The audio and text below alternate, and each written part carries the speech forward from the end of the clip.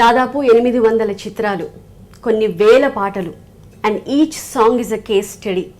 ఇంతకంటే ఏం చెప్పాలి? కనీసం 5 స్వరాలు లేకుండా ఒక రాగం రాదంటారు. అలాంటిది ఒకే ఒక్క స్వరంతో ఆయన రాగం కట్టి మొన్న చెన్నైలో అక్కడ అభిమానులని, ప్రేక్షకులని అందరినీ ఔరా అనిపించుకున్నారు. మరి he's none other than music maestro, Padma Bhushan, Isai Gnani Ilaiyaraaja. మరి చాలా కాలం తర్వాత మళ్ళీ మొన్న ఇటీవల శ్రీరామరాజ్యం సినిమాతో మనం ఎటువంటి రణగుణ ధ్వనులు లేని ఒక ప్రశాంతమైన వీణులు విందైన సంగీతాన్ని ఆస్వాదించాం. మళ్ళీ ఇప్పుడు ధోని చిత్రంతో మన సంగీత తృష్ణని తీర్చడానికి ఇళయరాజా సిద్ధపడ్డారు. మరి ఆ లయరాజుతో మనం మాట్లాడదాం. ఇళయరాజా గారు నమస్కారం అండి. నమస్కారం అండి. మీతో ఇలా కూర్చుని మాట్లాడే అవకాశం కలగడం నాకు చాలా సంతోషంగా ఉంది. ఎందుకంటే మిమ్మల్ని జీవితంలో ఒక్కసారి చూడడం కూడా చాలా అదృష్టంగా భావించే అభిమానులు చాలా మంది మీకున్నారు. ఏం చెప్పేది? ఓకే, ధోని సినిమా గురించి మనం మాట్లాడుకుంటే, ప్రకాష్ రాజ్ గారు, ఆయనతో మీకున్న అనుబంధం ఏంటి? ప్రొఫెషనల్ రిలేషన్షిప్ అయినా ఒక పర్సనల్ అనుబంధం ఆయనతో మీకుందా? ఫస్ట్ స్టార్ట్ చేసినప్పుడు ప్రొఫెషనల్గానే వచ్చింది. ఆయనతో ఇప్పుడు ప్రత్యేకంగా నాకు అభిమానం వచ్చింది చూసిన తర్వాత.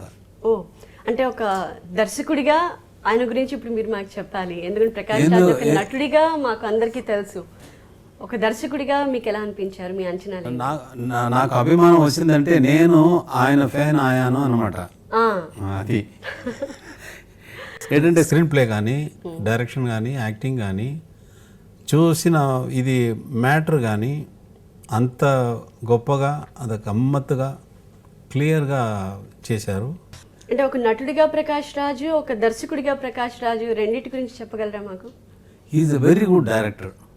Doesn't mean that is not a very good actor.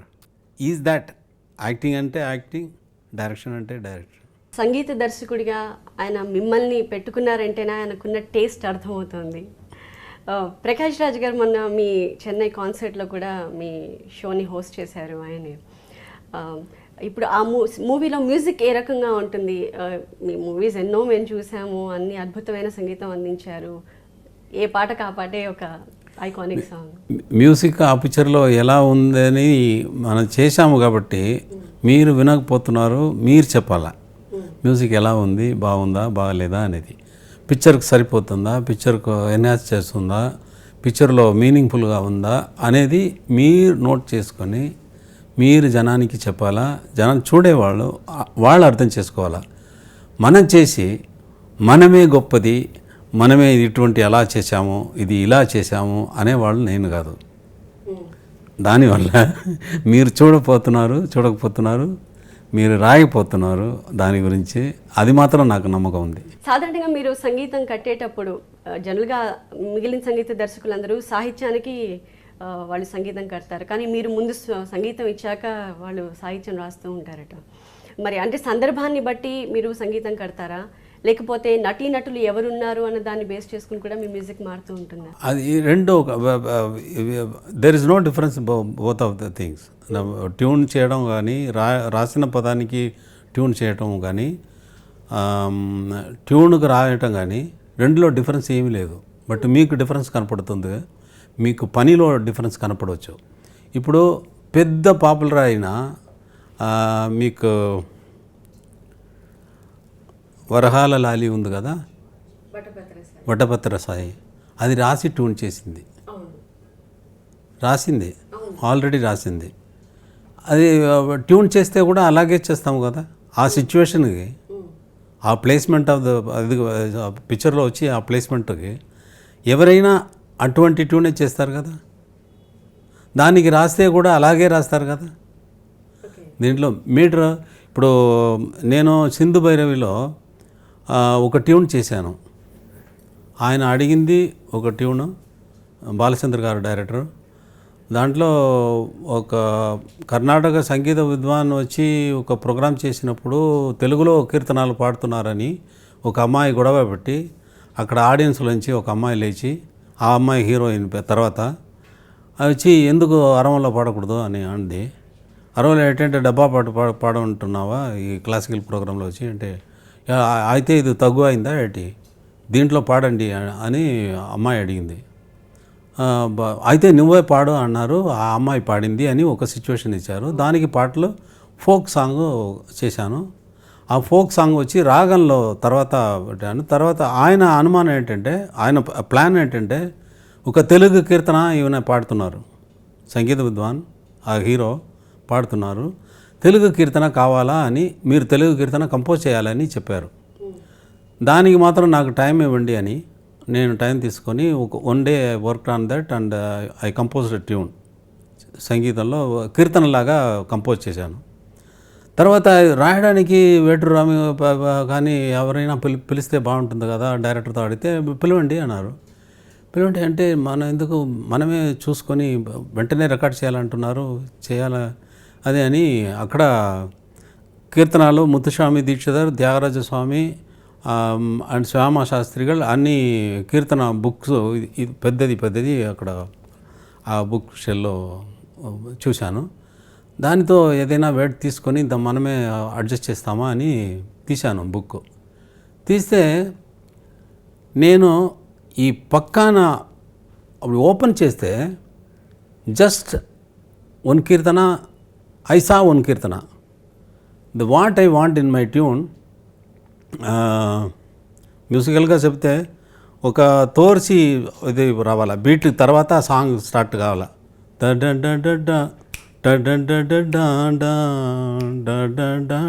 This is the tune I composed.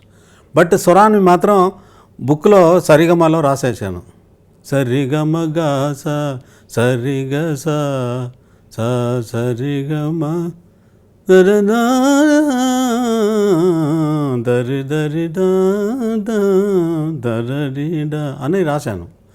దీనికి ఆ పక్కలో నేను ఏం పక్క వచ్చిందో ఆ పక్కలో ఆ కీర్తన ఉంది.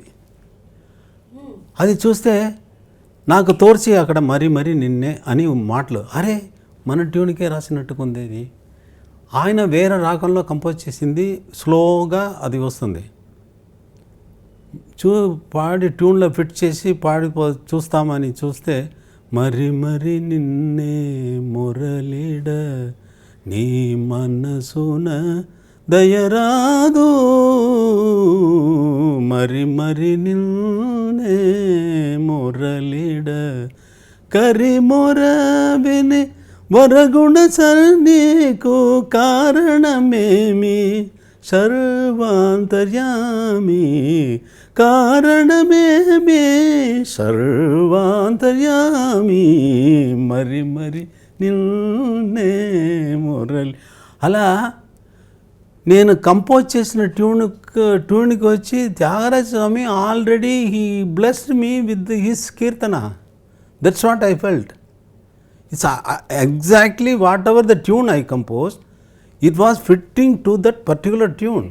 So it is not the matter tune ఫస్టా కీర్తన ఫస్టా అనేది మ్యాటరే కాదు అసలు. కానీ కమర్షియల్ సినిమాలకి ట్యూన్ కట్టడానికిను ఒక మంచి సబ్జెక్ట్ ఓరియంటెడ్ మూవీకి ట్యూన్ కట్టడానికి వ్యత్యాసం ఉంటుందంటారా? అన్నీ శబ్దస్వరాలే కదా, ఏం వ్యత్యాసం? కమర్షియల్ ఏంటండి, బాగున్నది కమర్షియల్ అంటున్నారా, బాగా లేకపోయినది కమర్షియల్ అంటున్నారా? What scale you have fixed with that? Commercial అని ఒక ఊరికే ఒక మాటలకు చెప్తాము కాబట్టి బాగుండాలా, ఏం చేసినా కామెడీ చెయ్యి బాగుండాలి కదా, ఫైట్ చెయ్యి బాగుండాలి కదా. కమర్షియల్ అని there is no commercial point at all. It must be good, then the people will like. ఈ మధ్య కాలంలో ఉన్న సంగీతం గురించి మీ అభిప్రాయం ఏంటి? ఒకనొక సందర్భంలో మీరు ప్లాస్టిక్ మ్యూజిక్ అని కూడా మీరు అన్నారు. అది యూజ్ ఎవరు తీసుకుంటారో, ఏ వస్తువుని ఎవరు తీసుకుంటారో వాళ్ళు ఎలా యూజ్ చేస్తారో అది బట్టి అది తగ్గిపోతుంది, గొప్పగా అవుతుంది అనేది కాదు. ఉన్న మ్యాటర్ వచ్చి గొప్పది, సంగీతం గురించి గొప్పది, అది ఎలా యూజ్ చేస్తామనేది చాలా ముఖ్యం కదా. ఈ శబ్దస్వరం ఉంది, ఈ శబ్దస్వరం purity, it's divinity, it's a spirit, it's emotion, it's everything, all purity. ఈ ప్యూర్ వస్తువుని పెట్టుకొని ఏమి ఇచ్చేది? పిక్చర్లో అన్నీ మర్డరు, బ్లడ్ అవి అన్నీ వస్తే కూడా నా శబ్దస్వరమే కదా అక్కడ వెళ్ళింది, నా శబ్దస్వరమే కదా. దీన్ని పెట్టుకొని మంచిది ఇవ్వకుండా ఎందుకు వినాలా? ఎంత ఒక సా అంటే ఇక్కడ పోతుంది కదా. అంటే ఈ కాలం సంగీత దర్శకుల మీద మీ అభిప్రాయం ఏంటి? ఈ కాలంలో సంగీత దర్శకుడు లేదు. సంగీత దర్శకుడు అంటే మీరు టైటిల్ పెడుతున్నారు కాబట్టి ఉండవచ్చు. అంటే అంతా రెడీమేడ్ మ్యూజిక్ని తీసుకొచ్చి పెడుతున్నారు తప్పితే వీళ్ళు మేస్త్రి బిల్డింగ్లో మేస్త్రి ఉంటారు కదా, అది ఇక్కడ పట్టు ఇది ఇక్కడ పట్టు ఉంటారు కదా, అది ఇది తీసుకుంటే ఎక్కడ పట్టు ఇది తీసి పెట్టు cut and paste okay music this is music. That is not how can we call that music that is music. I'm not blaming anyone but the system change. ఎందుకు మారిందంటారు పరిణామం? ఎందుకు మారింది? నా కారణం వల్లనా?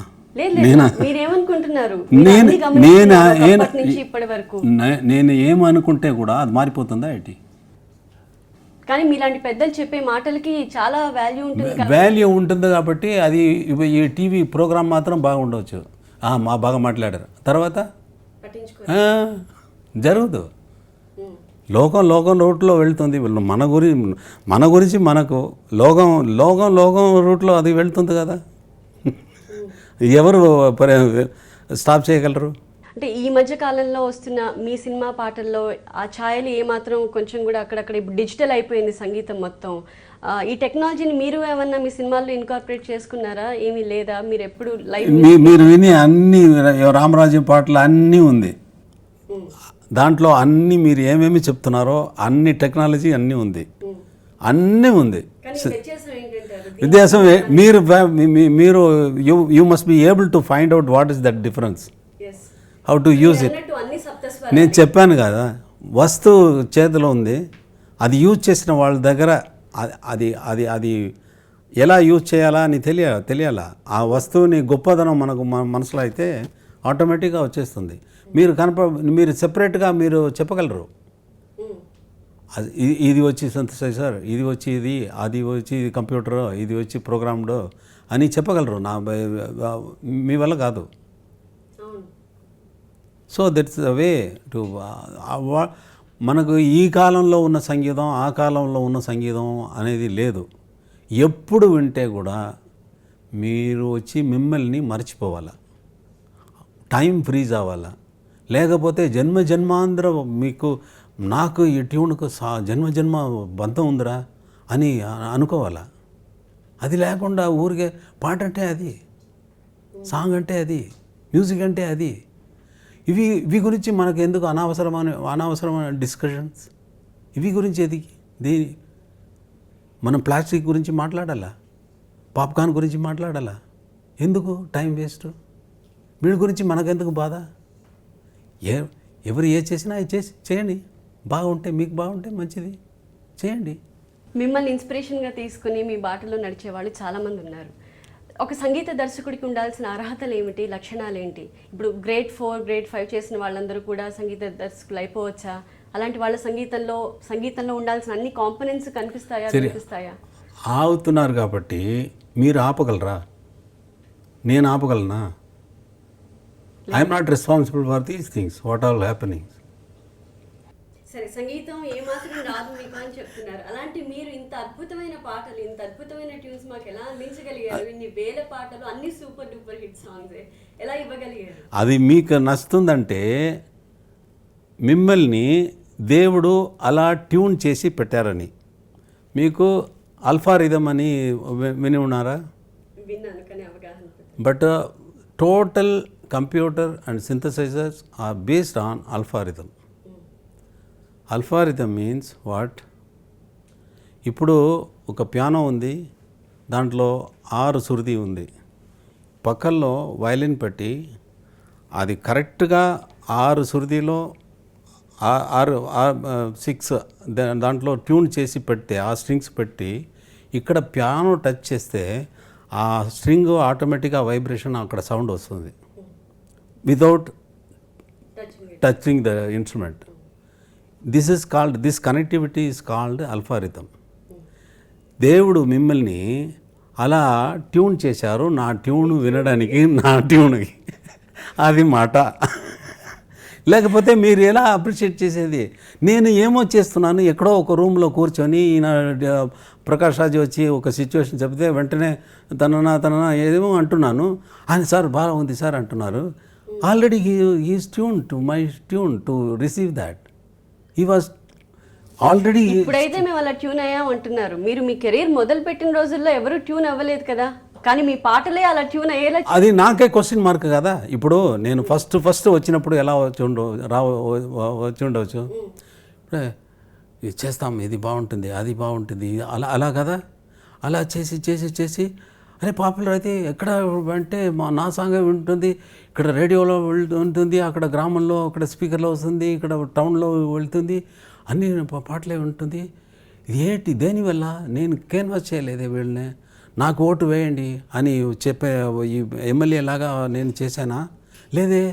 బట్ ఎలా అప్రిషియేట్ చేస్తున్నారు, ఎలా రిసీవ్ చేశారు అని ఫస్ట్ ఫిల్మ్లోనే నాకు ఈ ఆల్ఫా రిథమ్ మ్యాటర్ వచ్చింది. వచ్చి వాళ్ళు తీసుకోవడానికి నా గొప్పదనం ఏమీ లేదు, ఆల్రెడీ దేవుడు ట్యూన్ చేశారన్నమాట, మనం ఊరుకోరా అని అలాగే వదిలేశాను. మనకు దీనికి సంబంధం లేదయ్యా, మనం ఏదో వచ్చింది చేశాను, బాగుంటున్నారు, మంచిదండి, బాగాలేదండి, మంచిదండి, చాలా మంచిదండి, అంతే ఉంది ఇప్పుడు. యువన్ శంకర్ రాజా మా దృష్టిలో ఇప్పుడు one of the top music directors. Yuvan సంగీతం గురించి మీరేం చెప్తారు? మీరు చెప్పాలా? మా దృష్టిలో వన్ ఆఫ్ ద టాప్. మీరు చెప్పి అది నేను వింటే కదా ఒక తండ్రిగా నాకు గొప్పది. మాకు అతను one of the top music directors అంటేనే ఇంకా మేము అంతే చాలు కదా. ఒక కొడుకు చేసే సంగీతాన్ని మీరు ఎలా విశ్లేషిస్తారు? బాగా చేస్తున్నారు కదా. ఆయన సంగీతంలో ఇళయరాజా ఎంతవరకు వినిపిస్తారంటారు? అది ఆయన అడగాల, కానీ మీరు వింటూ ఉంటారు కదా. అప్పుడప్పుడు ఒక కొత్త సాంగ్స్ చేసినప్పుడు అప్పుడప్పుడు ఇంట్లో ఊరికే ప్లే చేస్తారు, అలా సరదాగా వినేదే. మీకు నిజమైన వారసుడు అంటే ఎవరు? మీ కొడుకేనా, లేకపోతే సంగీత వారసుడు వేరే ఇంకా పుట్టాల్సిన అవసరం ఉందంటారా? మన చేతిలో ఏదైనా ఉంటే మన వారసుకు రాసి పెట్టవచ్చు. నా చేతిలో ఏమీ లేదన్నది చెప్పాను కదా. ఎవరు వారసుగా చెప్పేది? వారసు ఎందుకు కావాలా మీకు? నేను వెంటనే వెళ్ళాలా అన్నమాట. Implied it is hidden in that. వారసులు అంటే వీణ వెళ్ళాలా, తొందరగా వెళ్ళాలా, ఈయన ఉండరు, దాని తర్వాత ఎవరు వస్తారు అన్నమాట కదా. అది మీకే బాగుందా? అది అదే మీకే బాగుందా? దాని గురించి కదా మీరు వారసు గురించి అడిగారు. ఇప్పుడు ప్రతి ఒక్కళ్ళకి ఏదో ఒక టైమ్ ఆఫ్ రిటైర్మెంట్ వస్తుంది. రిటైర్మెంట్ తర్వాత రెస్ట్ తీసుకుంటారు. మరి ఇంత అద్భుతమైన సంగీతం మీరు అందించిన తర్వాత ఇప్పుడు వస్తున్నారు సంగీత దర్శకులు, మ్యూజిక్ ఇస్తున్నారు, కానీ ఆ మ్యూజిక్ అంతా పీరియాడిక్గానే ఉండిపోతుంది. ఆ కాలం వరకు పాడుకుంటున్నాం, ఒక సినిమా ఆడినంత కాలం ఒక 3 నెలలో 4 నెలలో ఆ పాట హవా నడిపిస్తోంది, ఆ తర్వాత మళ్ళీ మర్చిపోతున్నాం. కానీ మళ్ళీ మీ సినిమా పాట ఎప్పటిదో మీకు తెలిసింది కదా, కరెక్ట్ ట్రూత్ తెలిసింది కదా, మీకు ఇప్పుడు మాటలు వచ్చింది కదా. అవును, అదే మళ్ళీ మరొక ఇళయరాజా అని అసలు మేము చూడగలమా? ఆ ఛాయలు మీకు ఇంకేమైనా మ్యూజిక్ డైరెక్టర్ లో కనబడుతున్నాయా? మిమ్మల్ని అది ఎలా సాధ్యం? మీరు పని చేసి తర్వాత రెస్ట్ తీసుకుంటారు అని చెప్పారు. తర్వాత కొంచెం కాలం వరకు చేస్తారు, తర్వాత రెస్ట్ తీసుకుంటారు. నేను రెస్ట్లే ఉన్నవాళ్ళు ఎందుకు రెస్ట్ తీయాలా? Music is my rest. Do you think I'm taking rest? I'm working hard and taking rest in music. No. మీరు టైర్డే అవ్వలేదు ఎప్పుడు?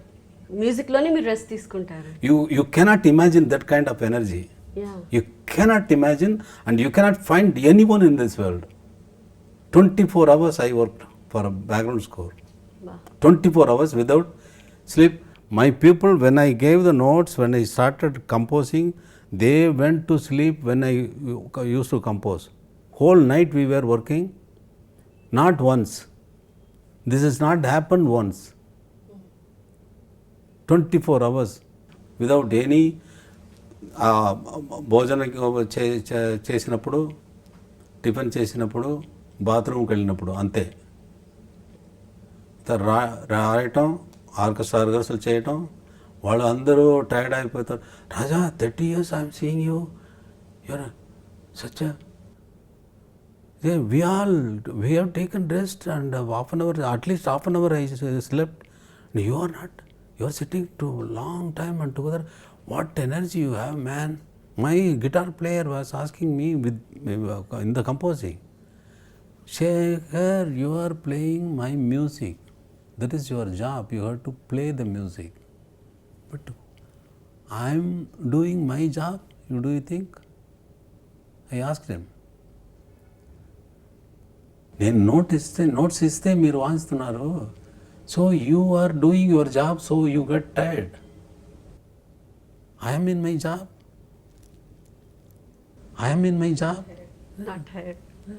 ఎక్కడి నుంచి వస్తుందండి ఆ ఎనర్జీ? మ్యూజిక్ అదే నాకు తెలియలేదు. అదే నాకు అద్భుతం, ఆశ్చర్యం. నా గురించి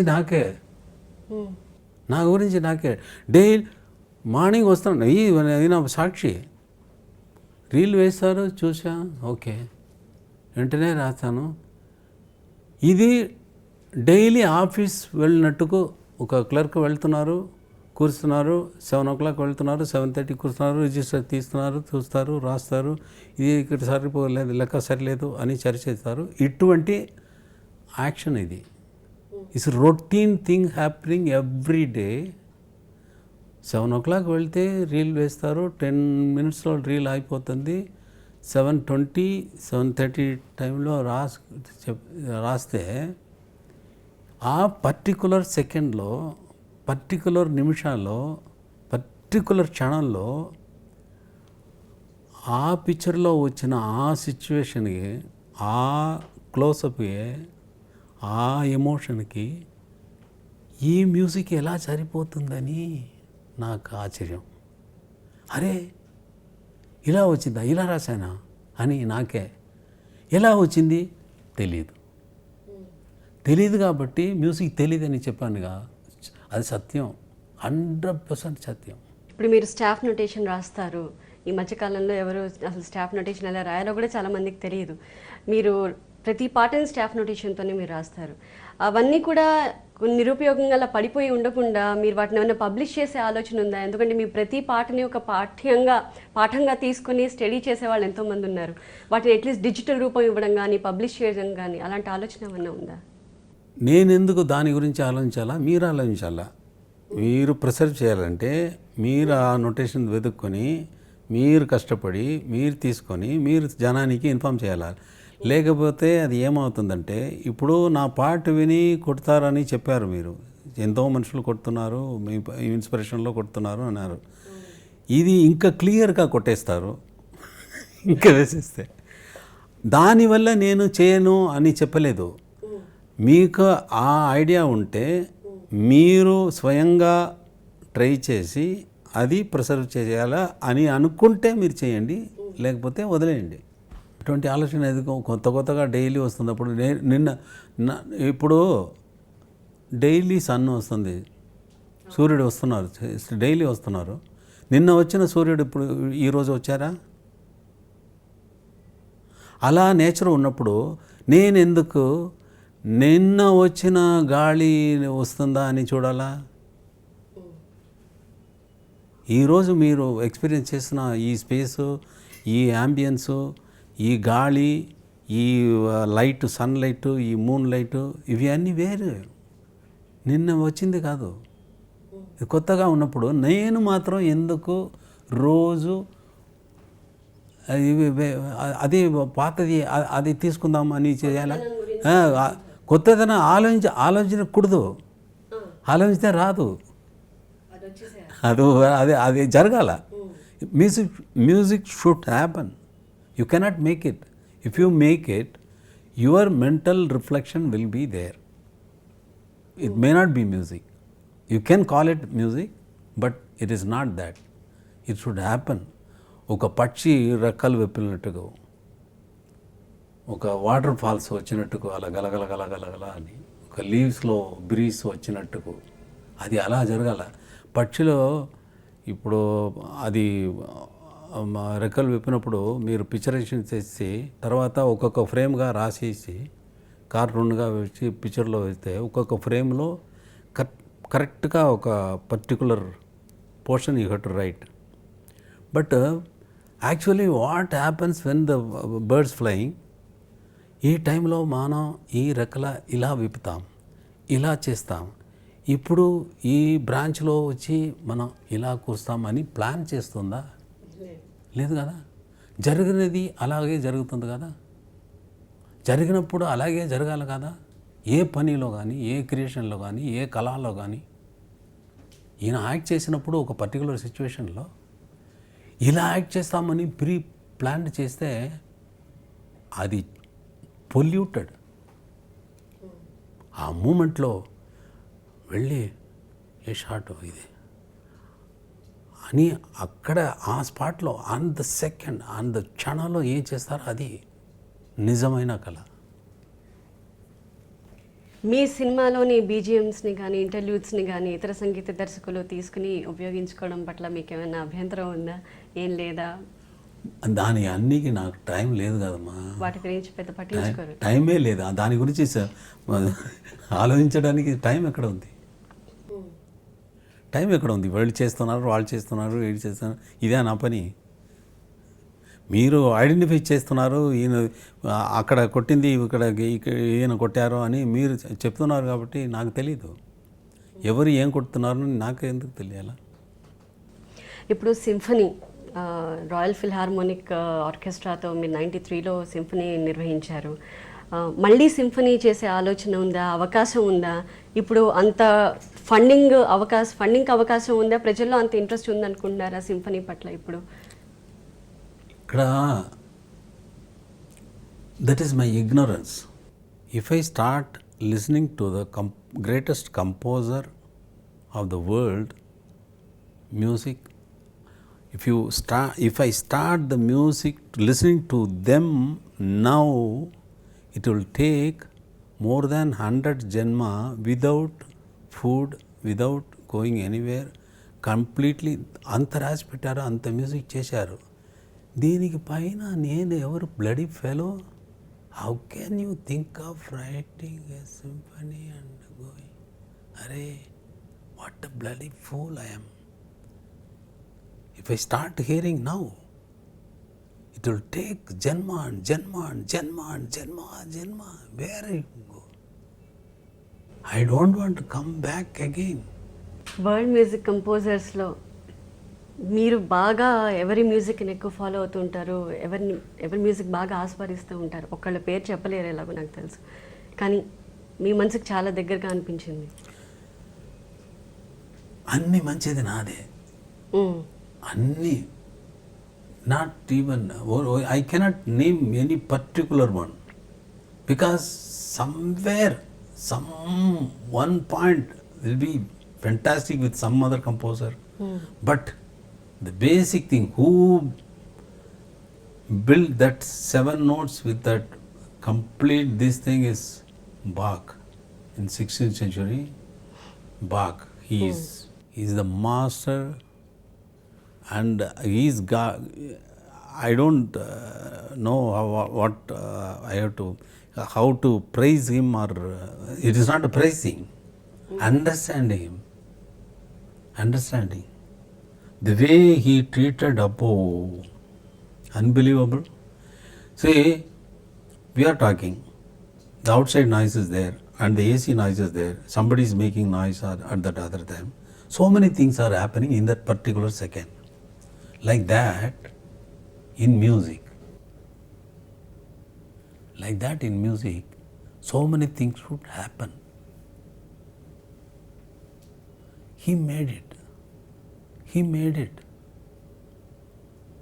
He wrote a music for 4 voices, not one music, so many. One instrument will start and another and another and another. This is called fugue. One will talk, then another will be talking.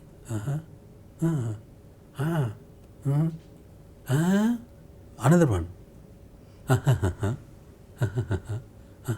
Like that, 4 everyone will interact with that connectivity of so many things. I can hear the AC noise continuously from the beginning of this your interview. that frequency, I'm after I pointing out only you can listen, but I'm not like that. Yes మీరు అన్నట్టు బాగ్ కానీ Beethoven కానీ Mozart కానీ western classical music అంటే వాళ్ళ గురించి మనం చెప్పుకోవాలి. వాళ్ళ ఇన్ఫ్లుయెన్స్ మీ సంగీతం మీద కూడా చాలా ఉందనుకుంటున్నాను. దానివల్ల దారి ఏంటి but one thing is there, I will tell you what it is.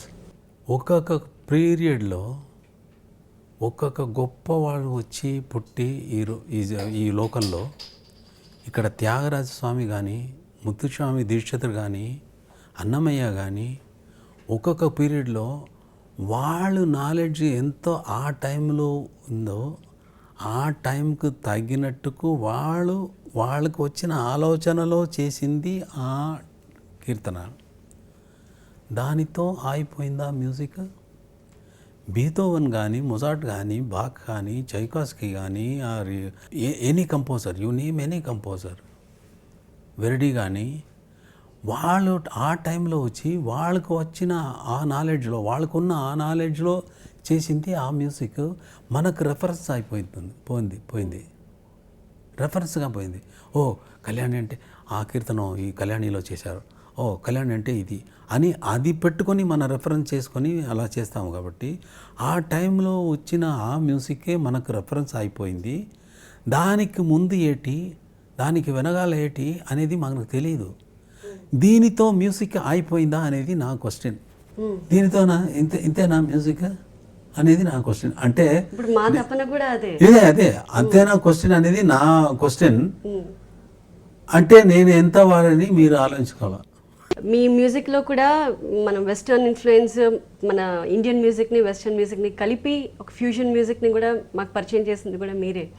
ఈ ఫ్యూజన్ మ్యూజిక్ లాంటివి ఇంకా ఎక్కువ ఉండాల్సిన అవసరం ఉందా? ఎందుకంటే సంగీతానికి భాష ఎల్లలు అంటూ ఉండవని చెప్తారు. దానివల్ల సంగీతం ఇంకా వైడ్ అయ్యే అవకాశం ఉందంటారా? అవకాశం ఎందుకు ఉండదు? But this is not the time to do that. This is not the time. It's polluted, totally polluted. I am creating the music, you are not buying it. You download and hear it. Then what is the value you are giving to that things you are getting? Yeah. If you want to get, you have to sacrifice if you want to become a musician, you have to sacrifice your time to that, to attend that. If you want to be a literary person, you have to spend time for that. You are paying the price for that. But you don't want to pay for this. ఫ్రీగా వచ్చేదాన్ని value ఫ్రీగా ఎందుకు చేయాలా? What is the necessary? There are so many thing.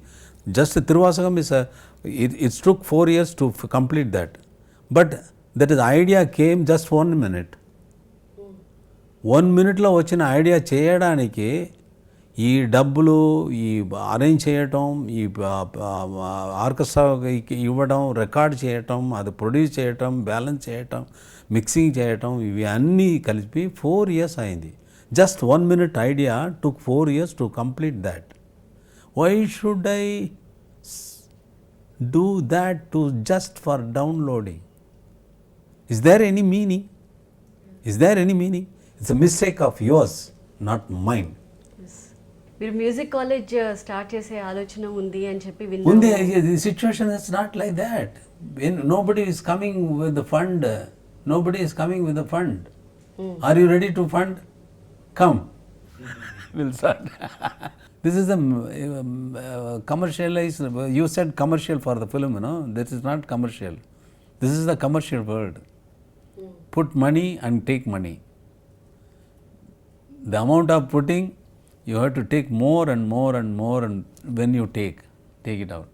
ఎవరైనా fund చేస్తే మీ నుంచి ఒక music college లాంటిది, యూనివర్సిటీ లాంటిది వచ్చే అవకాశం? అది నాకు అప్పుడు ఆలోచించాలా, అప్పుడు డిసైడ్ చేయాలా. ఈ టైంలో ఈ నిమిషంలో చెప్పడానికి ఏమీ లేదు. ఆ నిమిషంలో కానీ ఒకప్పుడు ఆ ప్రపోజల్ వచ్చింది, వస్తే కూడా నేను వెళ్ళయ్యా, నాకు వేరే పని ఉంది, నేను ఇంకా క్రియేట్ చేయాలి మ్యూజిక్. ఎవరు టీచ్ చేస్తారు? ఇది టీచ్ చేస్తే వస్తుందా? ఏ గవర్నమెంట్ ఏ గవర్నమెంట్ వల్ల నేను వచ్చాను? ఏ యూనివర్సిటీ నేను నేర్చాను? ఏ కాలేజీ నాకు చదువులు ఇచ్చింది? నేనే కదా, నేనే నేర్చుకున్నాను కదా. మీ సాంగ్స్ అన్నిట్లో మీరు ఫస్ట్ ప్లేస్ దేనికి ఇస్తారో ఒకటి చెప్పగలుగుతారా? అది నేను అడగకూడదు నాకు తెలుసు. అడగకూడదా? ఈ క్వశ్చన్ ఎలా అంటే, మీకు మీ బాడీలో ఏ పార్ట్కి చాలా ఇంపార్టెన్స్ ఇస్తారో, మీకు నచ్చిన పార్ట్ ఏది అని అడిగినట్టు